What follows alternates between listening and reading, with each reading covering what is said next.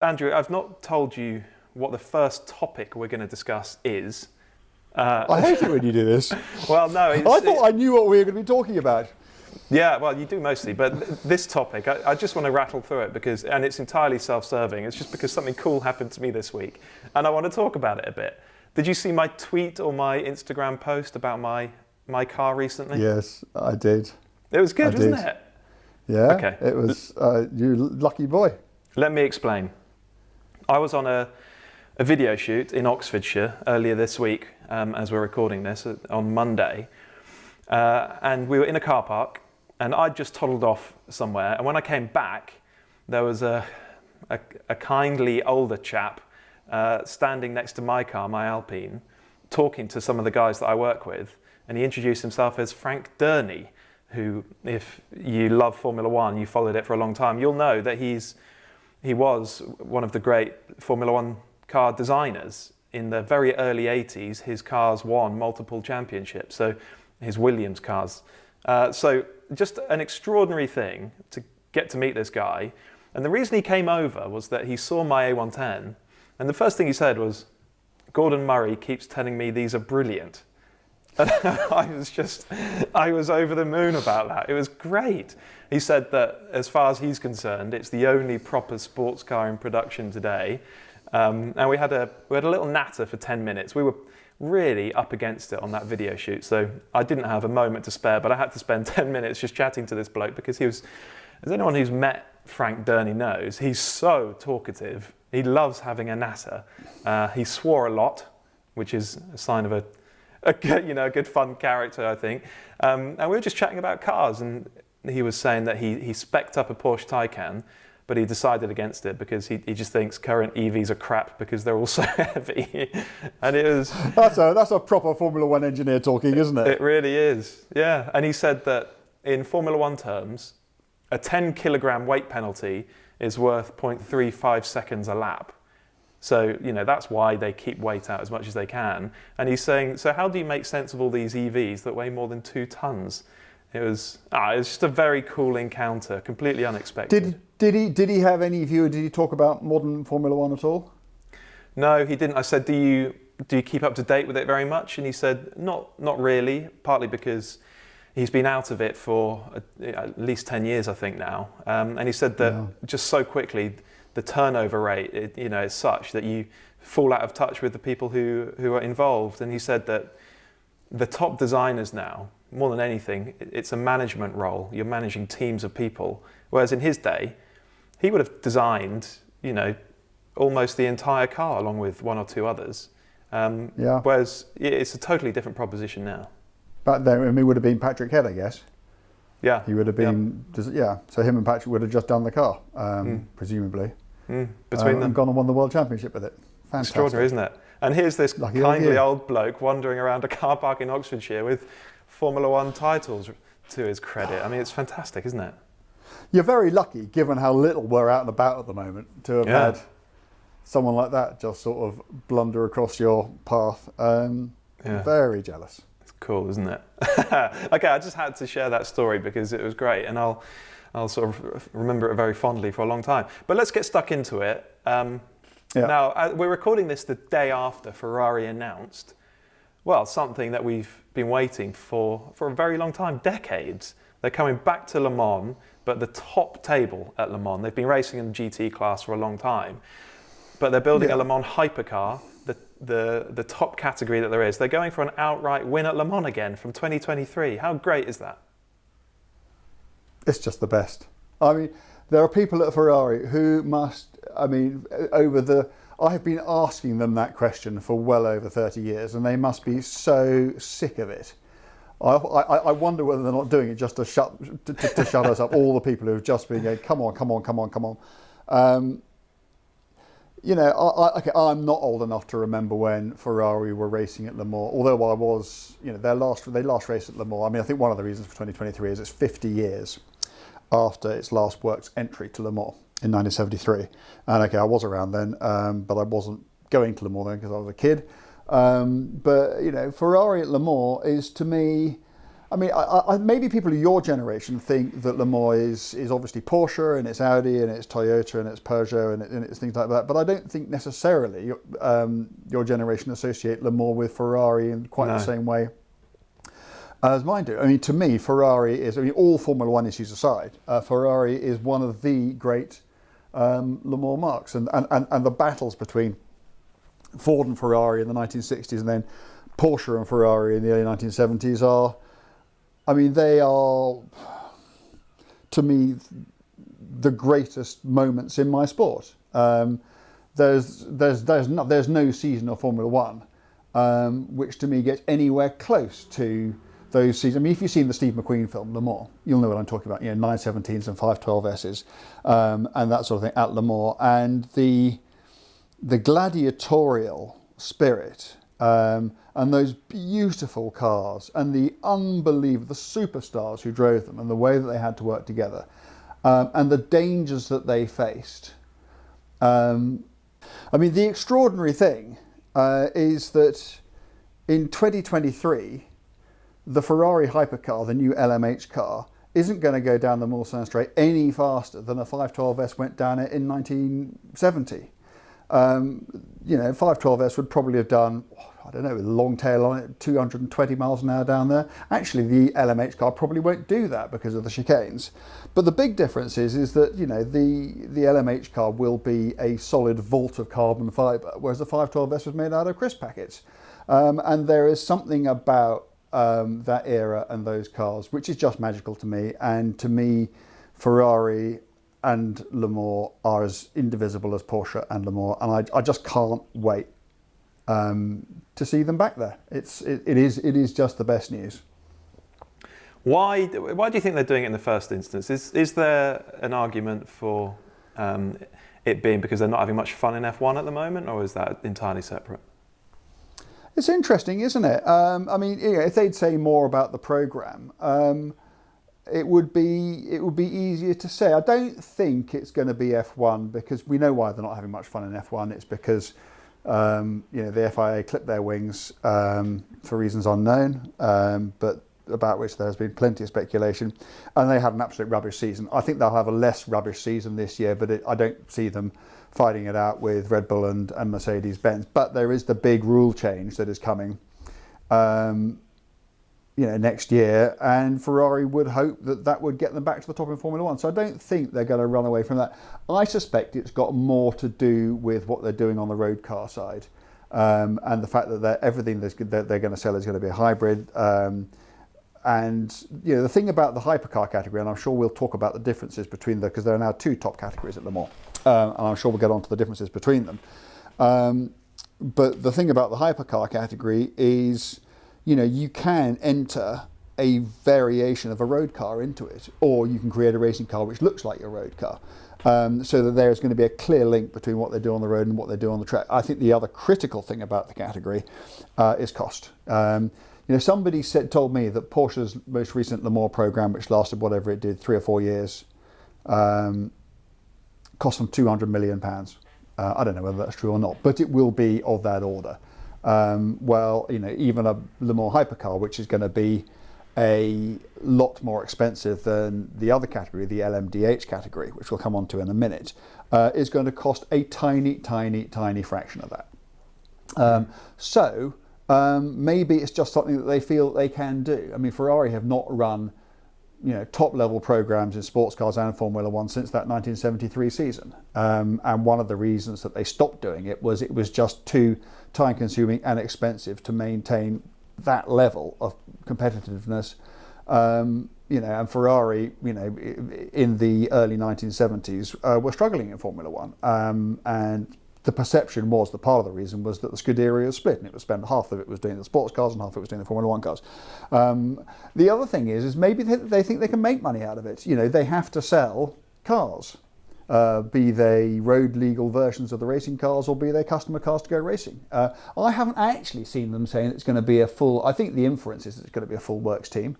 But maybe they'll do like they did with the 512s back in the early 1970s, and they'll just sell customer cars. How many teams do you think, given that the costs are reasonably controlled, who wouldn't queue up to buy, to race effectively a prototype Ferrari at Le Mans?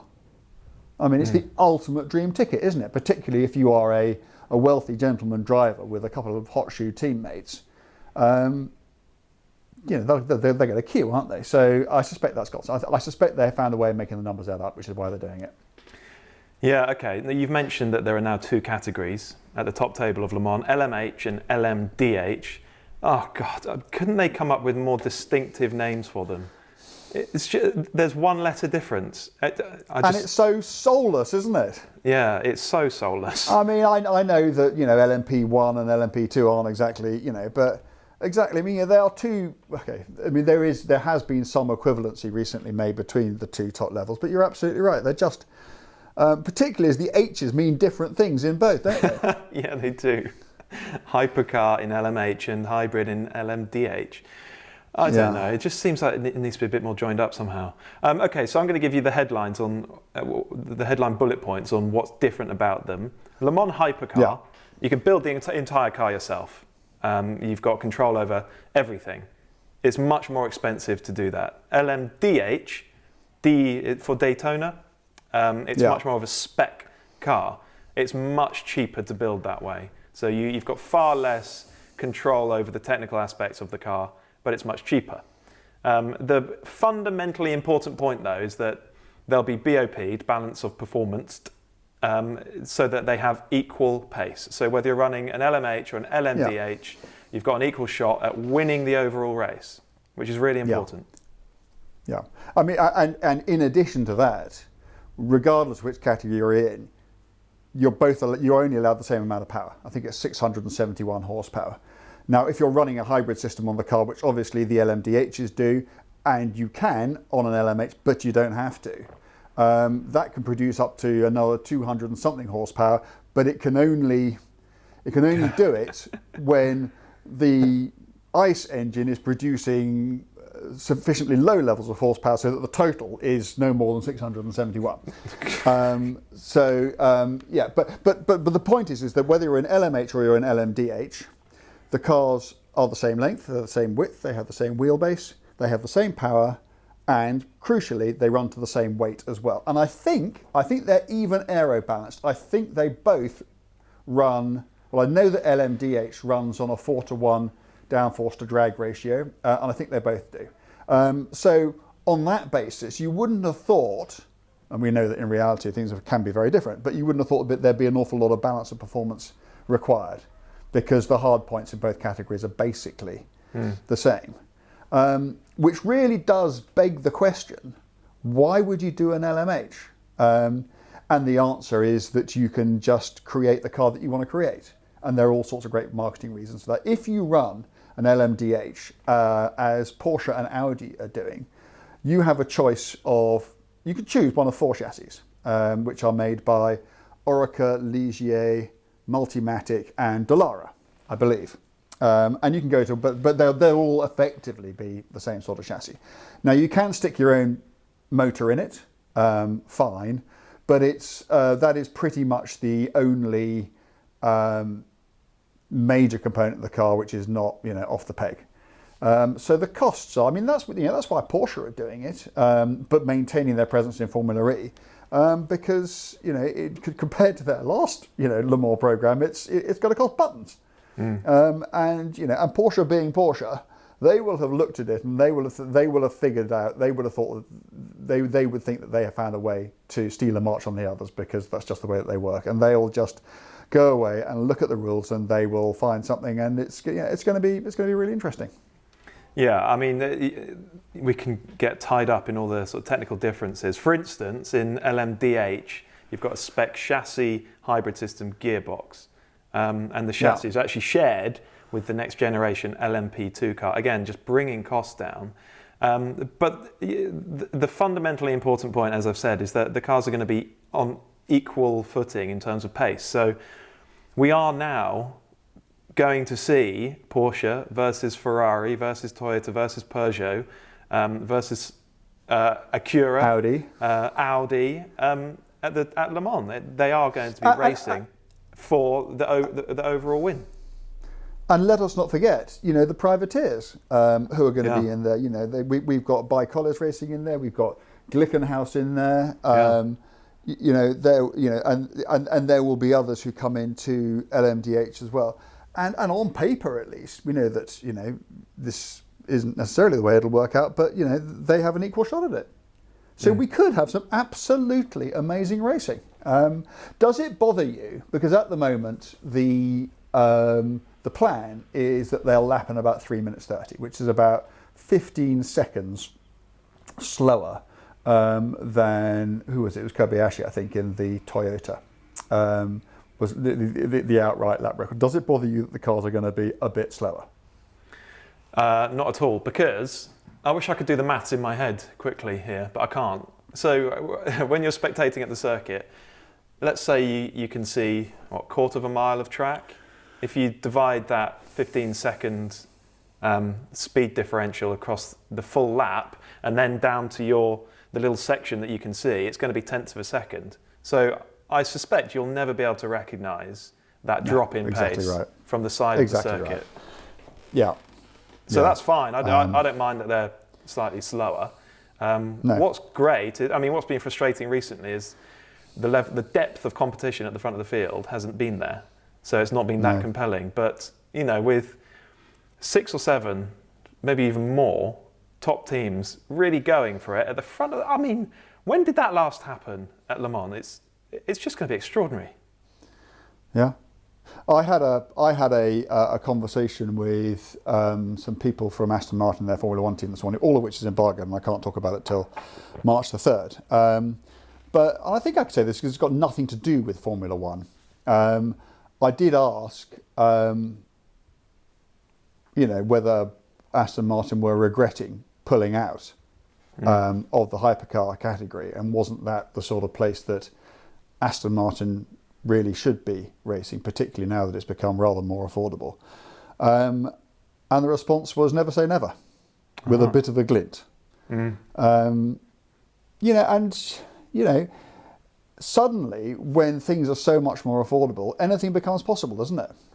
And you and I and many others have rued the state that sports car racing got into after the withdrawal of Audi and Porsche, and then we had those years when it was just Toyota and privateers, and Toyota with their hybrid and enormous budgets and everything else. And now suddenly, and sports car racing does this, doesn't it? It is for some reason, I've never really been able to say, it's cyclical. It gets itself into these terrible pickles. And then suddenly somebody goes, oh, blimey, better do something. And then you get this resurgence. And then usually what happens is that someone just gets a bit cuter with the rules than anybody else. And they find a way around and they find an advantage. And then suddenly it all gets terribly expensive again and the bloke with the biggest wallet wins. But we're at the start of that process now. And so I reckon that we have a few good years ahead of us. And I guess my only sadness is that, we've got to wait 2 years for this to happen. Because obviously Toyota will be there this year with Baikolles and with Glickenhaus. But Peugeot aren't in it until next year, and then all the others come chiming in 23, don't they? So it's not really going to be, you're not going to be able to see Porsche, Toyota, Audi, Ferrari, Peugeot, all the big guys going hammer and tongs at each other for another 2 and a bit years. Which to me, as someone who's really excited about this now, is a hell of a long time to wait.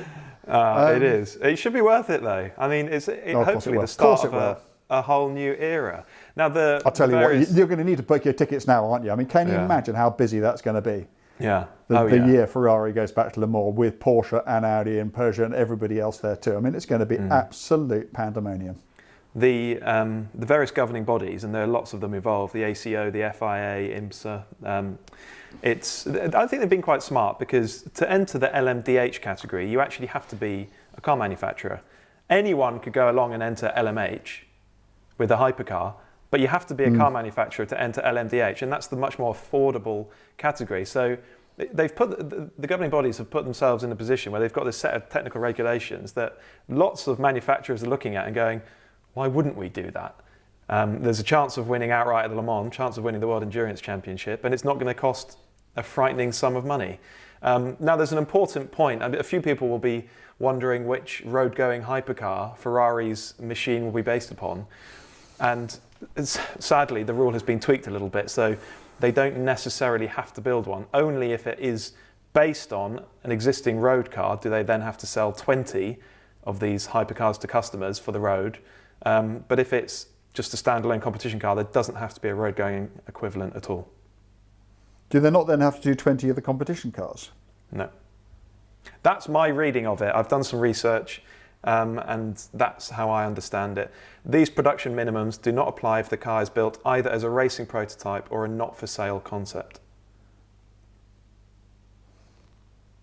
Okay, interesting.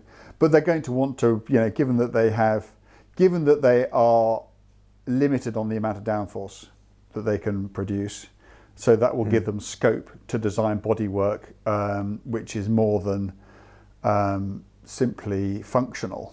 They're going to want to relate it to their road car. So what do we think? Is it going to be whatever the next LaFerrari is? Could be. Is it going to be SF90? Is it? I don't know.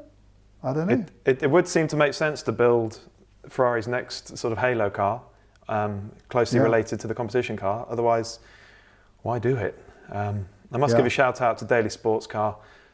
Is it .com for that?